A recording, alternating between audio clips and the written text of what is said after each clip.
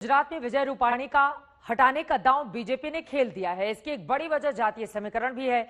गुजरात में पाटीदार नेताओं का बोलबाला है और रूपाणी इस समाज में नहीं आते, जिसका असर पिछले चुनाव में भी दिखा था।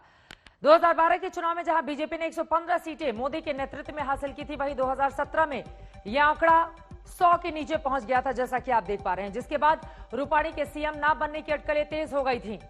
कुल मिलाकर ये स्थिति अपने आप में 2017-2012 का आप बड़ा अंतर देख सकते हैं कि किस तरह की स्थिति बनी। क्या विजय रूपाणी को पद से हटाना एंटी इनकम्बेंसी कम करने की कोशिश है, या ये गुजरात की वही सियासी परंपरा है जिसके तहत अब तक नरेंद्र मोदी को छोड़कर बीजेपी का कोई भी सीएम 5 साल का कार्यकाल पूरा नहीं कर पाया है।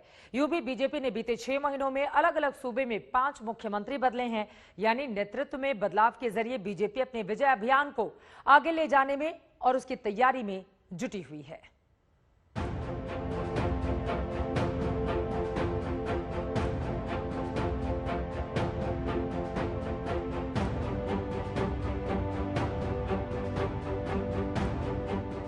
गुजरात में विजय रूपाणी की अचानक विदाई सभी को चौंकाने वाली रही।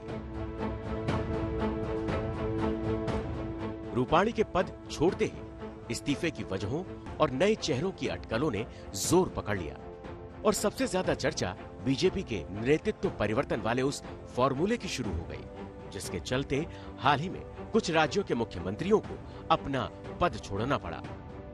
चुनाव से पहले मुख्यमंत्री बदलने की सबसे ज्यादा उठापटक उत्तराखंड में देखने को मिली, जहां प्रदेश की जनता ने 1 साल के भीतर 3 सीएम देख लिए। मार्च महीने में त्रिवेंद्र सिंह रावत को हटाकर तीरथ सिंह रावत को उत्तराखंड की जिम्मेदारी सौंपी गई, लेकिन तीरथ सिंह रावत बमुश्किल 4 महीने ही सीएम की कुर्सी पर रह पाए। तीरथ सिंह रावत के इस्तीफे के बाद पुष्कर सिंह धामी को उत्तराखंड का नया मुख्यमंत्री बनाया गया।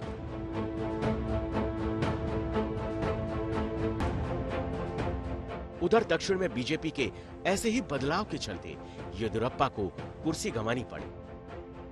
कर्नाटक में काफी समय से नेतृत्व में बदलाव की चर्चा थी और कर्नाटक सरकार के 2 साल पूरा होने के मौके पर येदियुरप्पा को अपना पद छोड़ना पड़ा। असम में भी चुनाव में जीत के बाद बीजेपी ने सीएम पद का चेहरा बदलकर हेमंत बिस्वा शर्मा को कमान सौंप दी थी और अब विजय रूपाणी के इस्तीफे के बाद 1 साल के भीतर ही बीजेपी के मुख्यमंत्री पद के 5 चेहरे बदल चुके हैं। इस उठापटक के बीच यूपी में भी सीएम पद पर बदलाव की अटकलें लगाई जा रही हैं। हालांकि बाद में बीजेपी की ओर से साफ कर दिया गया कि योगी आदित्यनाथ की अगुवाई में ही पार्टी मिशन यूपी के लिए मैदान में उतरेगी। हालांकि गुजरात के सियासी गणित को देखें तो 1995 से लेकर अब तक नरेंद्र मोदी के अलावा यहां बीजेपी का कोई भी सीएम 5 साल का कार्यकाल पूरा नहीं कर सका है। 2014 में नरेंद्र मोदी के प्रधानमंत्री बनने के बाद आनंदीबेन पटेल को गुजरात की जिम्मेदारी मिली थी, लेकिन अगस्त 2016 में उम्र को आधार बताकर उन्हें पद से इस्तीफा देना पड़ा। 1995 में बीजेपी पहली बार सत्ता में आई तो केशुभाई पटेल राज्य के मुख्यमंत्री बने। महज 221 दिन बाद ही उनकी जगह सुरेश मेहता को मुख्यमंत्री बना दिया गया। 1998 में बीजेपी फिर सत्ता में आई और फिर केशुभाई पटेल मुख्यमंत्री बने, लेकिन इस बार भी केशुभाई पटेल अपना कार्यकाल पूरा नहीं कर सके और 2002 के चुनाव से पहले बीजेपी हाईकमान ने उनकी जगह नरेंद्र मोदी को गुजरात का मुख्यमंत्री बना दिया। गुजरात में चुनाव से ठीक 1 साल पहले बीजेपी ने फिर बदलाव का दांव चला है और इस दांव से उसकी तैयारी फिर गुजरात विजय की है।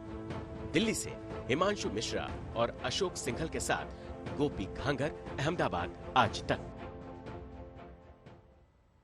वैसे गुजरात में सीएम की कुर्सी का कार्यकाल पूरा करना बीजेपी नेताओं के लिए हमेशा से चुनौती रहा है।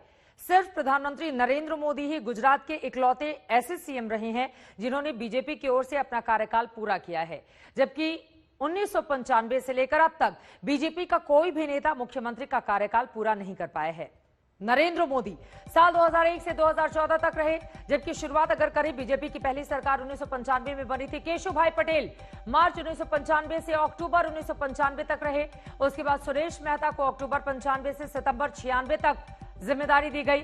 केशुभाई पटेल दोबारा से मार्च 1999 से अक्टूबर 2001 तक मुख्यमंत्री बने, जिसके बाद केशुभाई पटेल को हटाकर फिर नरेंद्र मोदी को दिल्ली से भेजा गया था गुजरात। हालांकि नरेंद्र मोदी प्रधानमंत्री, उस वक्त के मुख्यमंत्री जिन्होंने 14 सालों तक वहां पर लंबा शासन किया, और उसके बाद जब वो केंद्र में आ गए तो आनंदीबेन पटेल को मई 2014 से अगस्त 2016 तक उन्हें कमान दी गई, लेकिन फिर उनको हटा दिया गया।